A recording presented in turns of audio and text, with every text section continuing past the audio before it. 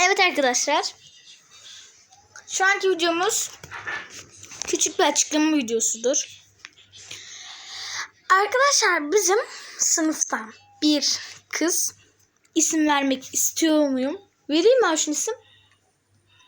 Bilmem. Veriyorum. Bizim sınıftan M ile başlayan bir kız, ikinci harfi mi. O kendisini çok iyi biliyor. O benim videom, biliyorsunuz ki benim ismim Eylül. Eylül'ün baş harfi nedir? E. Kendime video paylaşıyorum E harfiyle. O zannediyor ki onun hoşlandığı çocuk zannediyor.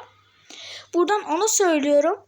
O haberin olsun canım. Belki bu hoşlandığın çocuğu kimse elinden almıyor. Bu tam bir açıklama videosudur arkadaşlar. O kendisini çok iyi biliyor. Görüşürüz.